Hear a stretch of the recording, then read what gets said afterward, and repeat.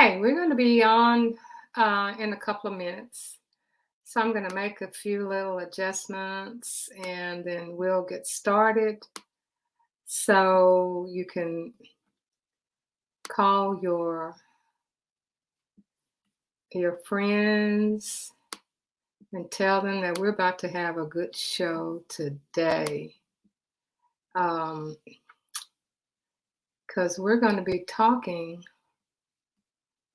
about increasing your student performance. So now,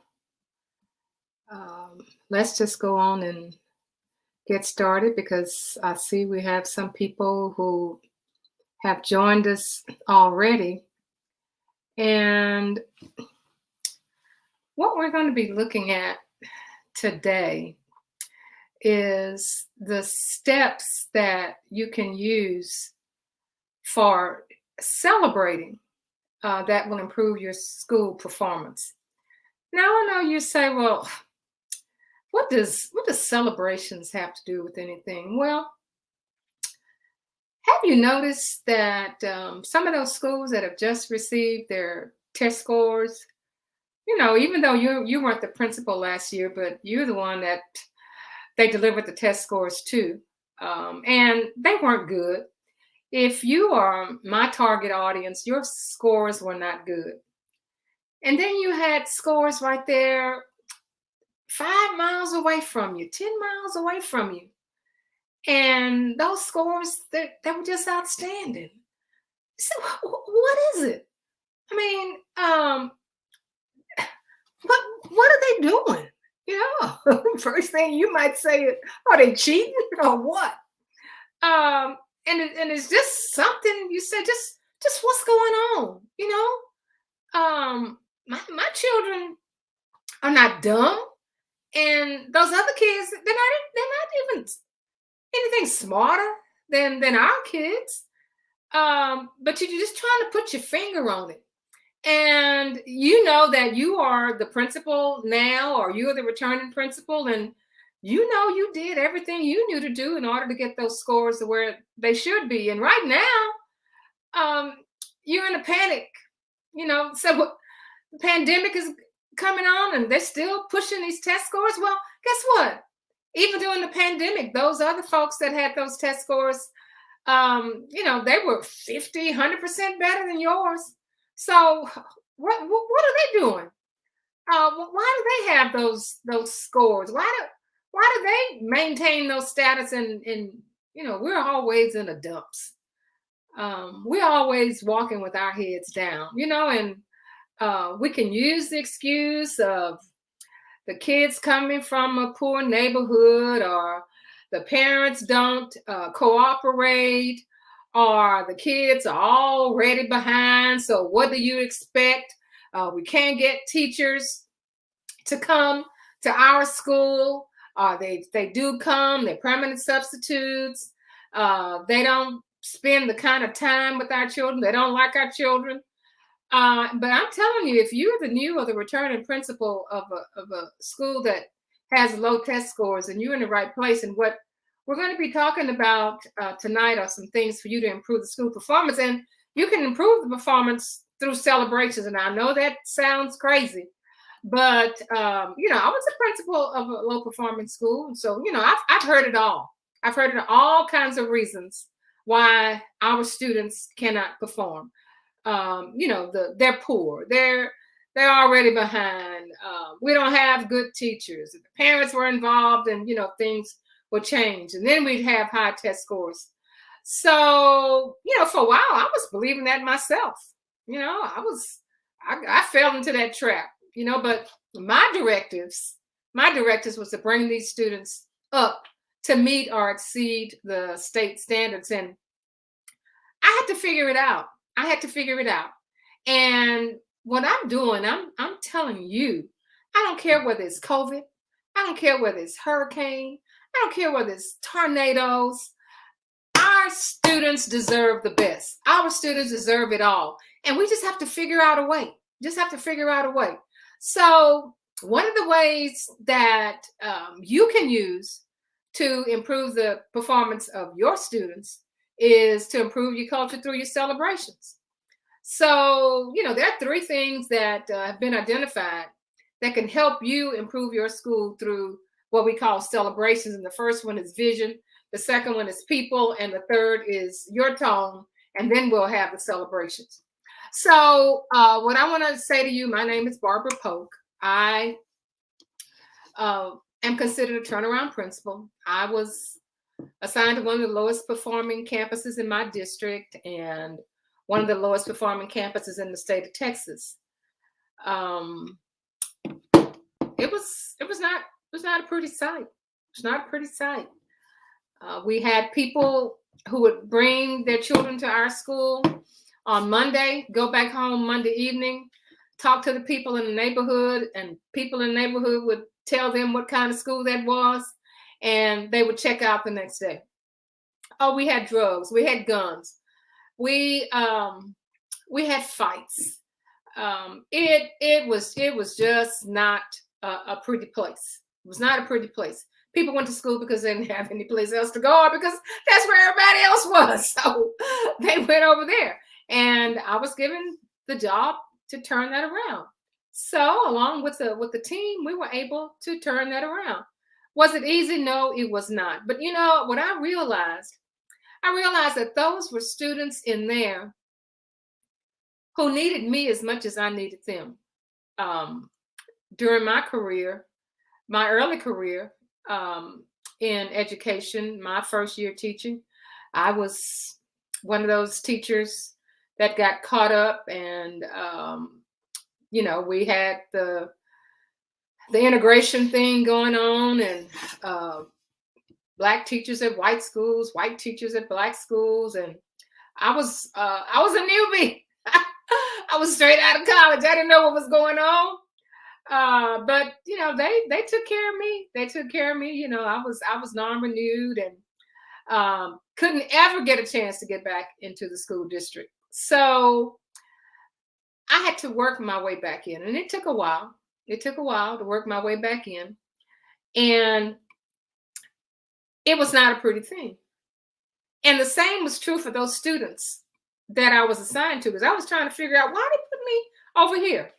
Well, I realized that I understood these children because I was pretty much treated the same way. I didn't get any help. I went there because I had a contract. I had to do my job. I did the best I could. And when it was all said and done, I was a failure, just like the kids that I was sent to as the principal.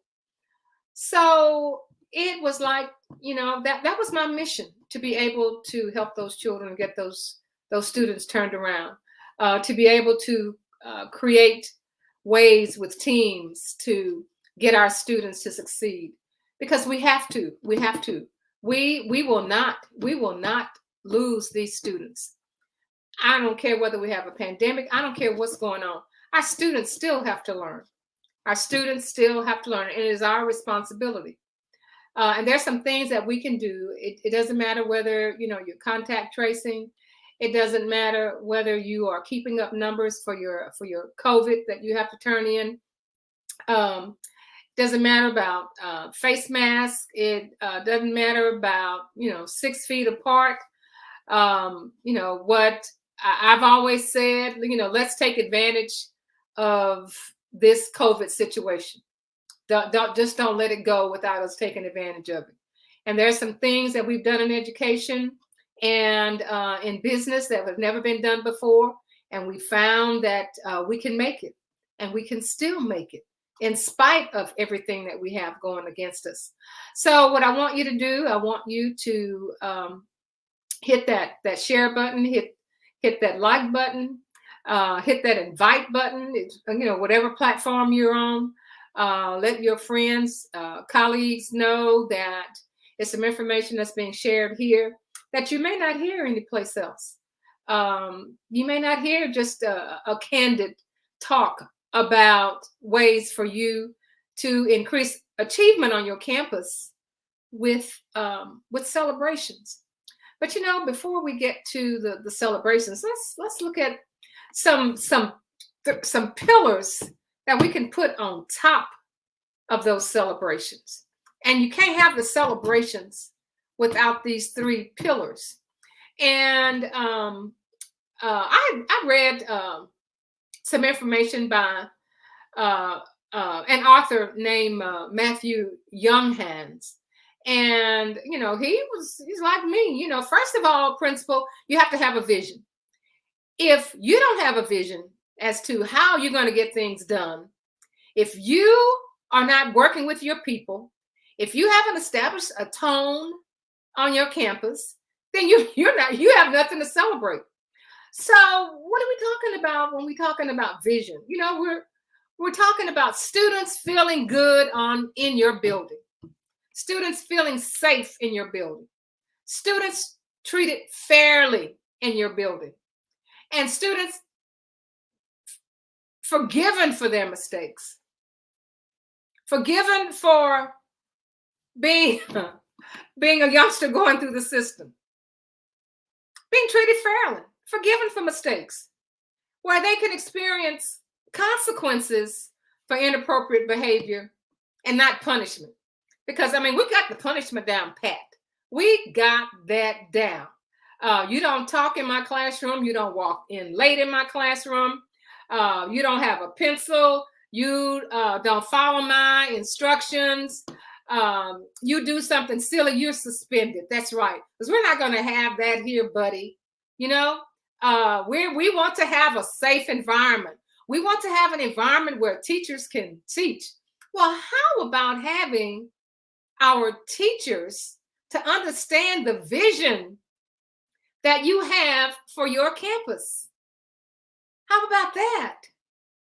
How about our students experiencing consequences for their behavior and not punishment for their behavior? That's just some things that just seems kind of, ordinary. Things that we just feel as though, everything's going to be done by following the plan that we have. Everything is going to be done by the checkbox. It has to be right. If you don't do it right, then this is not the place for you, because we're establishing a community here that your inappropriate behavior is just not going to work. And that's fine. If that's your vision, if you think that vision is what's going to get you to have good test scores, then go for it. But what research has found, is that you have to have a vision where your students feel safe, where they feel as though they can make a mistake and they won't be beat over the head. That's the first thing. The second thing is that you have to care about people. You have to have people caring in your building. Your teachers have to feel as though you have some compassion. And I know you say, oh my goodness, well, I've done as much compassion as I can during these times. I'm the one who needs compassion. Well, I think that once we establish in that building that we have compassion for our students, we have compassion for our teachers, our students and our teachers will find success in your school. The students are not going to excel if they don't feel as though they're going to be successful. They don't feel as though they're going to excel if the teachers are constantly talking about the principal, because the principal told me to do this and the principal told me to do that. And I'm just going to share all of this with you because I'm frustrated as a teacher. Why would you dump that kind of stuff on students?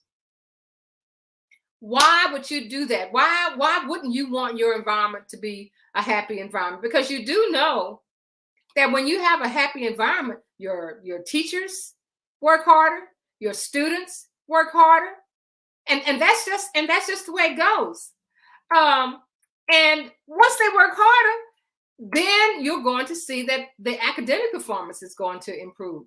The behavior is going to improve because they know, the teachers know, and the students know that they're in an environment where the principal has a vision, where that principal cares about those students, that principal is fair with the students, that principal is fair with the teachers, and everybody understands that.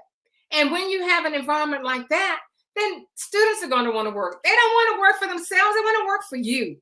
They want to show you how well they can do. They want to hear from you saying, you did an excellent job. Teachers are wanting to hear, in spite of all the adversity, you did a good job. And then the tone. That's the third thing, the tone. So you have to be a role model, principal. You have to show students how to be kind. So that means that they don't expect you to be walking down the hall screaming. They don't expect you to be trying to put your teacher in place in front of the students. They want to see if you're kind. They want to see how you value them. They want to see if you care about them and their future. And once you show that, what are you going to get in return? That's an investment. And is that hard to do? Absolutely, it is. Yes, it is hard to do. But the return on the investment will be that the students and the teachers will treat each other the way you treat them. It starts from the top. Starts from the top. I mean, as simple as this sounds, it is so difficult to do. A lot of the things that we do to our students in our schools of color reflect the way we are treated in the community. And we have to put on another hat. We have to learn how to respect each other. We have to learn how to like each other. We have to learn how to care for each other. We have to learn how to treat each other.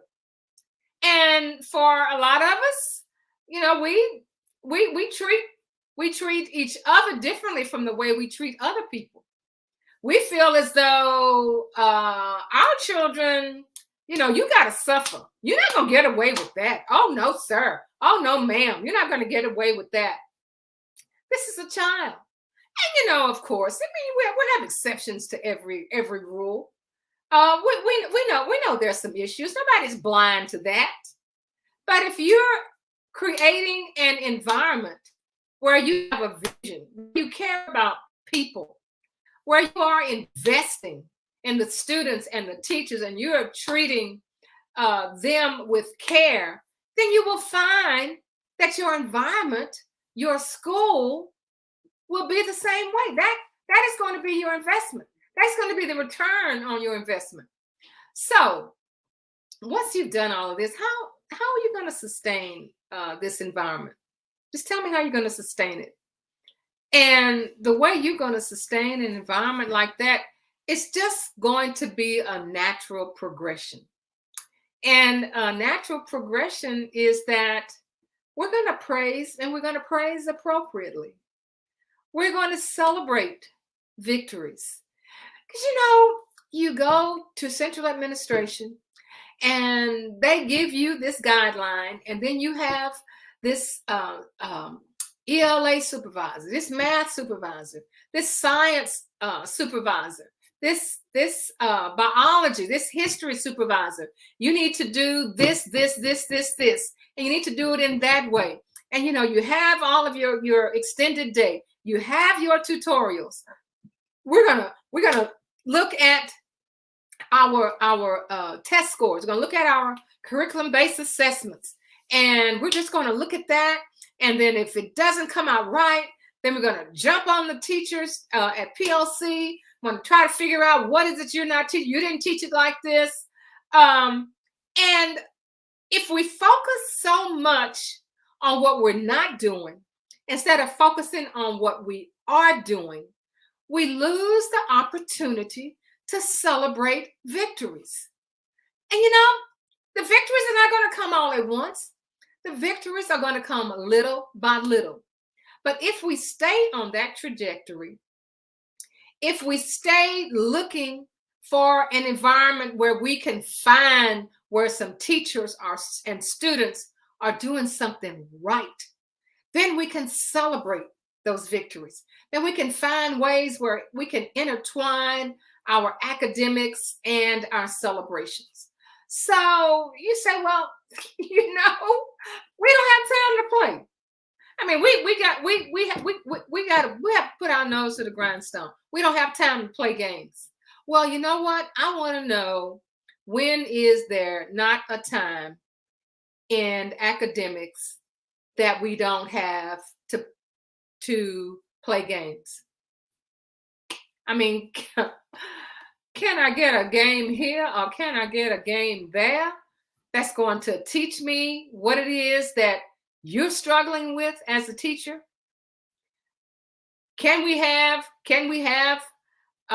something electronic to test to see what we're doing, and then let's have a celebration if we're getting some items right? Can we have a little simple spelling bee? I know that's basic, but can we just do little bitty things to find out that you got some folks in there who have something that's meritorious? Can we? We look at our kids and we look at their behavior and we overlook them with their academic performance because they don't follow directions. We never get a chance to see who they really are because we're just bombarded with so many other things. And as the principal, let's make sure that our vision is to have a campus, have a building where people care for each other, where it's like at home. It's like at home with parents. If you see a mother and a father fussing and fighting all the time, do you feel safe? Do you feel comfortable? Do you see that children want to take sides? They want to make mama happy, they want to make daddy happy, or they want to make grandma happy, or they want to make grandpa happy? What kind of environment is that when you have all at the top, you have things that's all torn up?